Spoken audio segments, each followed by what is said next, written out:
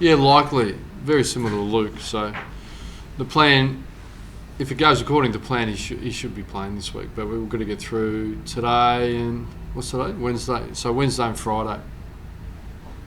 Is there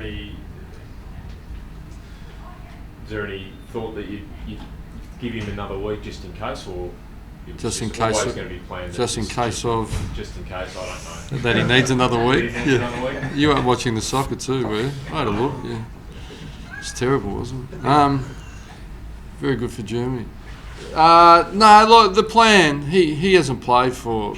I think this will be his 5th week. So the sooner we can get him, you don't want to miss too much of league footy. It's a brutal competition. So if he's available, like we're going to have match committee because it was a really good performance. But he's obviously a valued leader around the place and a real general down there and a pretty good player. So we're keen to get him up and going.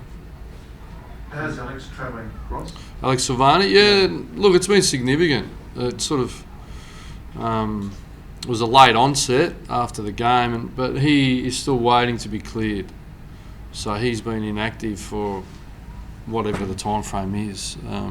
It's not ideal for Alex and us. We really value him, and it was a missed opportunity really for him. Like Taberner played his role, and so he's disappointed, but his health's his priority. So yeah, we just had a discussion on him before I come up. He's still waiting to be cleared. So I think once you're cleared, it moves pretty quick. And Morrow, how did he pull up after the game? Yeah, look, I haven't checked in with him. He was sitting in the review with everyone else. I haven't had a one-on-one with him or anything, but he's excuse me, he's clear to go, so he'll be training fully. Does he potentially play a full game this week? Or? Yeah, potentially he could, yeah. Is he likely to play a full game? It's probably an equal split from here. Well, this, I'll check. Really, I'll liaise with our strength and conditioning, Jason Webber, to see what is the best progression really, and what's the best team we need to pick to beat GWS, because they've been under some pressure again, and we know that they caught Carlton on the hop as well. They've won 4 games. They've beaten the Swans, so we still need to pick a team. We understand they've had their challenges, but they're very talented and they've been put under pressure and they tend to respond. So we'll be picking our best possible team. Ross, in the past, teams have battled a bit to recover from the top end with the humidity and the extra dehydration and those sorts of things. How have your players come up from what you've seen of them, and what steps have you taken to make sure you don't have a residual effect? Yeah, look, it's a good point. I'm not sure the history. No one's really pointed that out to me. So, but when you're travelling the state, it was warmer. It wasn't that humid, to be frank, but it was a big ground. It's as big as Subi, and we ran really hard. So we always ask the players gold standard recovery and look after yourselves and all those sort of things. So where we're fortunate, it's a longer lead in. I think it's an 8-day or whatever it is to Sunday. So that natural sort of recovery. So normally we would have done our first session yesterday, but we're doing it today. So that extra 24 hours should help us. Can you give us an update on Stephen Hill? Yeah, it's as it was yesterday. He's a 3-week injury, so there'll be nothing speedier than that. You'll see him after the bye. He nicked this quad last year, the basketball train early last year from memory. Is he susceptible to that? Is that something you guys have to... Well, clearly if he's done it twice, it's something we've got to be mindful of, and he's got to be mindful of, so we'll put a strength program in place. But they can be tricky injuries, so this is at the minor end, but we'll take the full 3 weeks to get him right, because he's so valuable. Ross, frustrating one for Pav. He travelled all the way up there and was crook, and travelled all the way back and didn't play, which sort of, for senior players, I mean, I know you a couple of weeks ago you said you don't really not in a place to rest any players, but how do you put that one down as a game basically played, or a game? It's hardly a rest, is it? Well, I don't think it adds to his 300, so game not played. Look, if the worst thing in life you fly to Darwin and you fly back because you're crook, I don't think it's a big deal. I mean, he's flown for 15 years every second week, and I just think of a chance to rest it as a senior guy, whether he might be rested in the lead up to the finals. But we've got a bye after St Kilda, so last year there was one bye. I think that's getting forgotten a little bit. We've had a bye early in the year, and a bye 4 weeks out is ideal, really, for everyone. So, yeah, I suppose the seat I sit in, I don't have the luxuries of. I'd like to see the headline if we lost and arrested Pav. That'd be a nice headline for me, wouldn't it? So, I tend to pick the best team available, So, there's no subterfuge last week. He was picked to play and was going to play, and then he had a relapse because he's a bit crook early in the week, and he come home. So, I asked Matthew, "How you feeling?" He goes, "I want to play." So the players are the best judges, I reckon. Ross, where are you at in terms of training? Obviously, in the lead up to finals, you often see clubs obviously load up and then back off and things. Where is it? Yeah, that periodisation is a big argument. We're a bit more subtle than that. So on the longer weeks, we'll take the opportunity to massage some more work into them, because on the short weeks you can't. So, So it might be a matter of a 10 minutes here, 10 minutes there. It's not brutal, but it's enough to just click them up a gear, if that makes sense. That's the way we tend to do it, So everyone does it differently, but with Jason Webber and my history with Dave Misson, when you get opportunities, you tend to massage some extra work into them. And is that the same process that you followed last year as well? Yeah, it is. It's exactly the same. Yeah.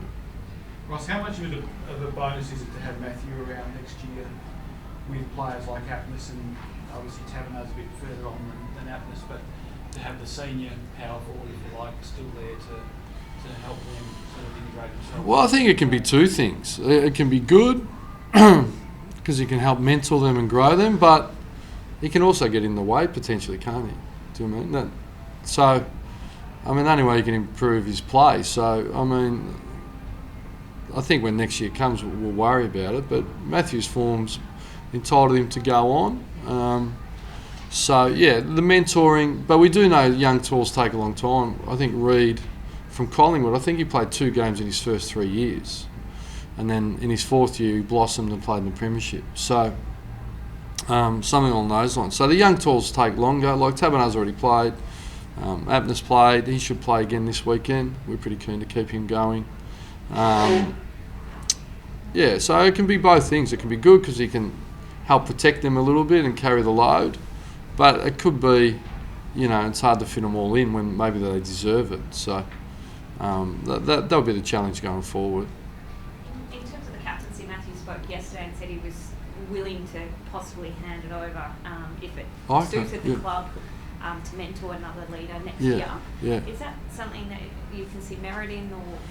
Well, it's not Matthew's to hand over. That's the first thing. Let's be really clear on that. It's no one's to hand over, and it's no one's to anoint.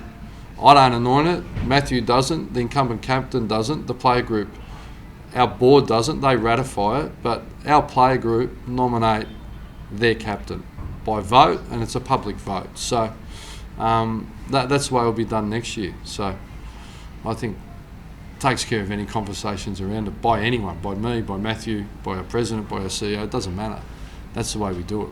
With a guy like Pat, who's got such a great history here, how much does that factor into whether he goes on for another year? Is it just purely based on his form, or does that come into account when you're thinking about what's that you're talking about? Offering a new contract or 2 years, 1 year, whatever it may be? Does any of that sort of past performances factor in? I don't quite understand the question. Let's say if you're offering another deal, is it based purely on his form right now, or does the other stuff come into play when you're considering that extra? What's the other stuff? Well, his history here, his achievements, what he's done for Fremantle. Oh, okay. All that. I wouldn't have thought so. I think it's about your capacity to produce as an AFL player. It's a pretty cut and dried equation, I would think. What's you thinking about giving Michael Apnis another game? Ross, you said he's likely to... I thought he was really good. Really good. As you said, it was tough conditions. I thought he competed really strongly. It's a bit of what we're after. Yeah, he's an exciting young talent. So look, it's not going to be a smooth ride for him the whole time. He's got a lot to learn, and it's hard for young talls. If you go back and even Drew Petrie, I think for his first few years averaged 4 touches or something. So it's a tough business being a young tall forward. It's never been tougher in the AFL being a power forward, particularly a young one. So. We're offered by the way. We're excited by. I think you've seen him at Peel. You describe him for me. He's a bit of a beast. Yeah, he's a bit of a beast. He competes. So we're looking for that in our front half. So he has an opportunity again this week, I would think, without, yeah. You could probably bank it in he's going to play. Contested marking seems to be his great strength. Marks weren't easy to take in Darwin before we had Stewie. Yeah. That another reason to have another look at him, because you'll get better conditions perhaps. Oh yeah, I think there's an element of that, but that's at the end of the day, I don't worry if they take too many marks, as long as they don't get outmarked. As long as the ball's brought to ground, you're pretty happy as a coach. Because the worst result is going in, they roll off a mark and they bounce out. So last week he was outnumbered a bit and brought it to ground, and then he brings Ballantyne and those guys into the game. So we're not a super tall front half. Matthew's 191, 192, Main's 188. Clarkie's our tallest when he's there, 200. So we can do with some more height. And young Taberner as well is a bit unlucky because he would have played if he hadn't been injured. Really, he would have stayed in and just gone forward. So he's a bit unlucky.